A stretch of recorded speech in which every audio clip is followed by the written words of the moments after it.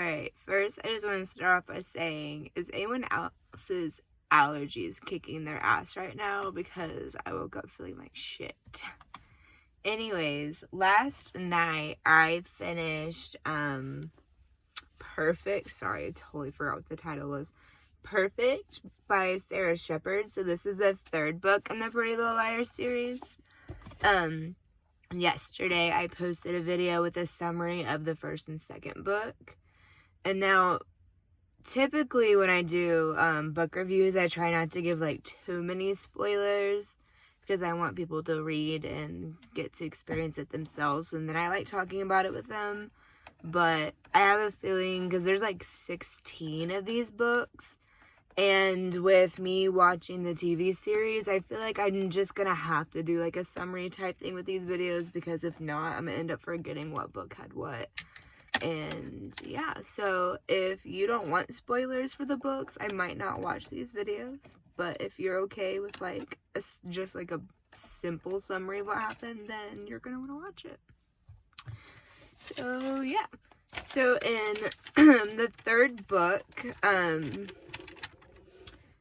as we know, Aria is like the artsy type of girl, and whenever she was in middle school, she got a camera and decided that she wanted to do like filmography, and she was all the time making home videos. And there was this one home video where it was the girls in Spencer's living room, and Spencer and Allie were like kind of getting into it, and Allie goes to the bathroom, and then Spencer suggests reading Allie's text because Allie's been acting super weird. And Hannah and Aria are like, yeah, let's do it. And Emily, of course, is like, oh no, we shouldn't do it, you know, because she's like in love with Allison. And so Spencer tries to get in, but it's locked. Hannah suggests trying her birthday, and that doesn't work. But then Allie comes back and is super mad at the girls for looking at her phone. And that's kind of where like the video ends. And somehow this gets leaked to the press, the media, and it's all over the news, and it affects the girls in a different way. So I actually forgot to mention this in the summary, and I think it was book 2, but Spencer has had all this pressure with like the A thing texting her, and with the Jenna thing, because she was the only one that knew what Toby truly did. And she's had all these assignments, and normally she's super on top of her assignments, but she's been super stressed. So she ends up using one of her older sister's papers on an assignment, and that assignment ends up getting nominated for an award. And then it ends up going to like the finalists, and she's like getting her picture taken by the magazine and all that. And it's like blowing up way more than what it should, and she's feeling really guilty about it because it's like not even her paper. Spencer also has had to start therapy because her parents forced her. After she stole Ren from Melissa, they told her she needs to seek therapy, basically. And Spencer at first was hesitant about it, but then like the therapist started to like point out to her like, hey, don't you realize that Melissa is like jealous of you, and like you also like purposely try to hurt her? And like she's starting to realize all these things, and then she gets a flashback of an argument that she had with Allie on the night that Allie disappeared. And but the memory is like incomplete. Like she only has the images, but she can't hear what they were saying. And she then later goes and asks her parents like, hey, have I ever like blacked out a memory?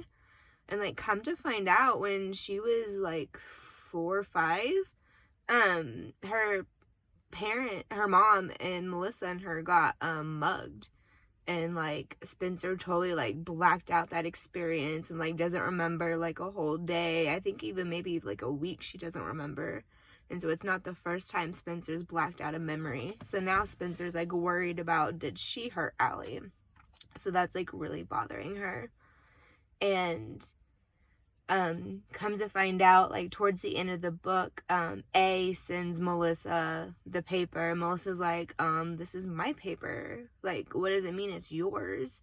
And then, of course, like, that causes a whole argument because, Melissa and Spencer hate each other. And while they're arguing on the stairs, Spencer blacks out and pushes Melissa down the stairs.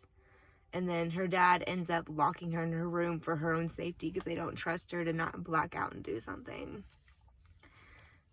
While at Arya's house, her mom is so mad at Arya still for not telling her about Byron and Meredith, her dad and his student. And now Mike, her little brother, knows that Arya knew. And they're both so mad at her that Arya's mom, like, literally says, I can't look at you anymore. And Arya was like, well, do you want me to leave then? And her mom said, yeah, I do actually. Which Arya, of course, was, like, hoping that her mom wouldn't say that because that's her mom. But she did, so she goes to Sean's. And Sean's family, like, graciously, like, takes her in. They're helping her, doing what, like, good parents would do. And, but all this while, like, Arya still can't stop thinking about Ezra.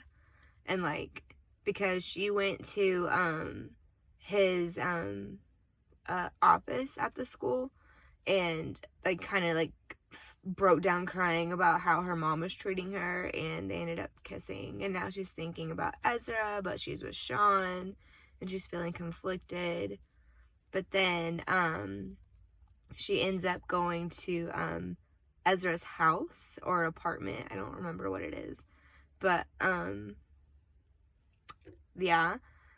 But then, come to find out, A sent Sean pictures of Arya and Ezra kissing, and calls the police, and the police show up and take Ezra to jail. And I don't remember that happening in the series, the TV series. So, that's something that I'm really curious about if, is different from the series and the show. Because in the show, Ezra's there, like, for a very long time. But Ezra was also super cute, and I'm sure that kept, like, ratings up. So, I'm wondering if that's, like, a Toby situation again. I don't know. But of course, Arya's, like, stunned and has nowhere to go. So she ends up, like, at a diner, and at, like, 2 o'clock in the morning, she finally calls her dad and was, like, gonna tell her dad that she's homeless. And, then she finds out that he's living with Meredith, so she said, never mind. So she's pretty upset. But Arya also was looking back through the video that had gotten released to the press, because she had a dream that Allie told her to look in front of her.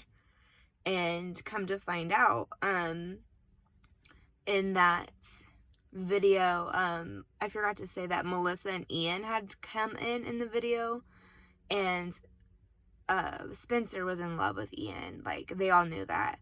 But Allie had, like, wrapped her pinky around Ian, so now Arya is thinking that Allie and Ian were together, because she kept saying she was with this mysterious boy that she didn't want to tell nobody. So now she's thinking that A is Spencer, because Spencer was 11th Ian, and maybe Allie told Spencer, which is basically the flashback that Spencer was having but can't remember. That was what happened. Then we have Hannah. Hannah and Mona have a falling out because they have their friendiversary where they became friends. And Hannah ended up missing it because the police were telling them that this video was leaked and that they were needed to expect it. And so Mona, of course, was, like, super pissed and won't talk to Hannah. And Hannah gets a text saying that, like, Mona had liposuction because Mona has spread nasty rumors about Hannah. And so A basically gave ammunition to Hannah to use against Mona. And she doesn't use it until the very end, whenever A sends Hannah a dress to go to Mona's party, because Mona had disinvited her, and, like, Hannah and Mona were, like, kind of starting to be friends again a little bit, but so Hannah thought this was like an olive branch, like, hey, come to this party. But come to find out, it wasn't. It was the same dress Mona was wearing, and A had made the dress on Hannah too small, so she like literally like ripped out of it and was like humiliated. But Lucas was this nerdy kid that Hannah had an interaction with in middle school. Allie was calling him hermaphrodite, and so like really stuck with him, and he was a loser, so she didn't talk to him now. But Hannah had actually ran into him earlier in the week and spent a little bit of time with him when she was upset about Mona, and he comforted her and basically was like, you're so pretty, you don't need Mona. And so Lucas went to the party to get Hannah because they were supposed to hang out, but Hannah ended up ditching Lucas to go to Mona's party. But Lucas kind of knew something was going to be up, and he came and rescued her, which is really sweet. But Hannah also gets another text from A whenever she, her and Lucas, Lucas brings her back to get her car after the party's over, and Hannah gets another text, but this text from A is from a local Rosewood number, and so Hannah thinks she knows who A is. And so she tells all the girls to meet her at the park. But whenever she gets to the park, she goes and is starting to walk to the other girls' car. Because at this point, Aria thinks it's Spencer. Hannah thinks she knows who it is, but we don't know who she thinks it is at this point. And Hannah walks over to Emily and Aria in their car, and someone just runs her the fuck over. Like, completely runs her over. She flips through the air, her contents spill out, and she stops breathing, and Aria is doing CPR while Emily is calling 911. And that's where the book ends. So we don't know who tried to run her over. We don't know who A is. Aria thinks it's this person. Hannah thinks it's this person, but we don't know who it is. And yeah, I probably should have done Hannah last, but Emily is feeling guilty about Toby killing himself because she's basically like was the one that said, I know what you did, even though she didn't fully know what he did, and then he committed suicide, so she feels guilty. At her next swim meet after Toby's death, a picture of Maya and her kissing goes around, and her parents find out that she is gay. And they want her to go to this therapy that will basically religious her out of being gay. And if she doesn't go, she's going to have to go to Iowa and live with her aunt and uncle who are super duper religious, and she does not want that at all. So most of her story through this is her like basically like avoiding Maya, trying to accept that this is going to be her life. And they give her a mentor from this therapy place, and the mentor's like, yeah, it works, I don't think about girls anymore, but you can tell she's not happy. And then Emily ends up going with her skating, and at the skating rink the girl bumps into her ex-girlfriend, and then they run off to make out with each other, and Emily's like, what the hell, I thought you said this therapy works. And she's like, oh, I guess it doesn't, because I'm still a lesbian. So Emily's like, oh, well, then I'm gonna still be a lesbian too. And she goes and finds Maya, and they get together. But her mom ends up finding her and Maya together and basically says, you're not my child anymore, and just writes her completely out of her life, which is super upsetting, and I hate that. And I'm glad that we as a culture have mostly moved away from that. I know parents still, or people still deal with that from their parents, and I'm so sorry. And if you ever need to talk to someone, I am here for you. But anyways, it's really sad. But she ends up getting a call from Aria, and Aria was saying, like, I know who it is. And that's when Hannah calls Emily saying, I know who it is. So that's when they all go to the park to meet up, and that's when Hannah gets run over. And yeah, I really enjoyed book 3. It has a lot of drama. I gave it a 5 stars, and I'm going to read the next book soon. I'm going to take a little bit of break from the series and read something else, but overall I really enjoyed it. And like I said, this is the last book that's supposed to go with the TV series. or that the TV series actually like went with. So I'm anxious to see how the books and the TV show timelines differ from here on out. Anyways, have a good rest of your day, guys.